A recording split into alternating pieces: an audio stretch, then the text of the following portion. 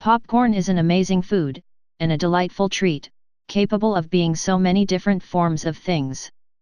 From the traditional buttered popcorn, to the colorful Saran-wrapped candy popcorn balls that used to be given out by little ol' grandmas everywhere at Halloween, this hot popped corn treat has found its way into every avenue of our culture.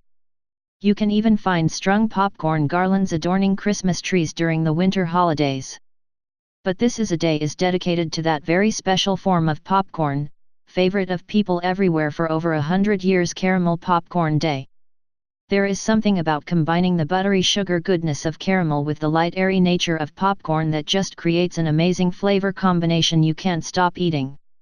As if the richness of well-made caramel wasn't enough, often this culinary delight has accents added to it in the form of peanuts, almonds, cashews, or even pecan. The sticky nature of caramel corn lends it well to forming balls out of it before the caramel sets, and throwing a drizzle of chocolate over this just makes it the absolute pinnacle of snack goodness. So take the opportunity to try this special treat, even if you're just going to go out and buy a bag from your local grocery store. For the braver of you out there, we suggest trying to make this treat yourself. The simplest way, of course, is merely to buy a bag of caramels from the grocery store, along with some plain popping corn.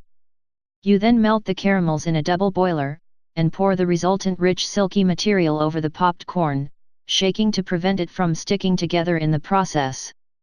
Caramel popcorn's history goes back 150 years, and came to pass during a period where there were a number of patents being passed in the US that all had to do with adding candy to popcorn.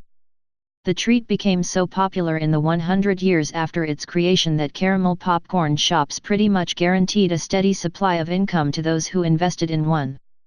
During this time it wasn't unusual to see vendors of this delicious treat on busy street corners where streetcars and bus lines came through. Eventually it found its way into the Midway, and has been a staple of carnival and fair treats ever since. So after you've tried making your most basic form of caramel corn, you should organize a group to celebrate this day. Have everyone try out their own recipes for caramel corn, and bring them together for a springtime get-together. You could even hold it in a park under the summer sun, and have an old picnic-style event heralding back to the weekend picnic at the park from the 50s. If you need some inspiration, you can try looking at existing recipes for varieties such as Amish caramel corn, or even a variety of baked caramel corn. Whatever you do, take the opportunity to grab up a bag of this delicious variety of caramel corn. If you cannot find anywhere nearby that makes it fresh, you can always try Cracker Jacks, one of the original versions of this treat that was loved everywhere.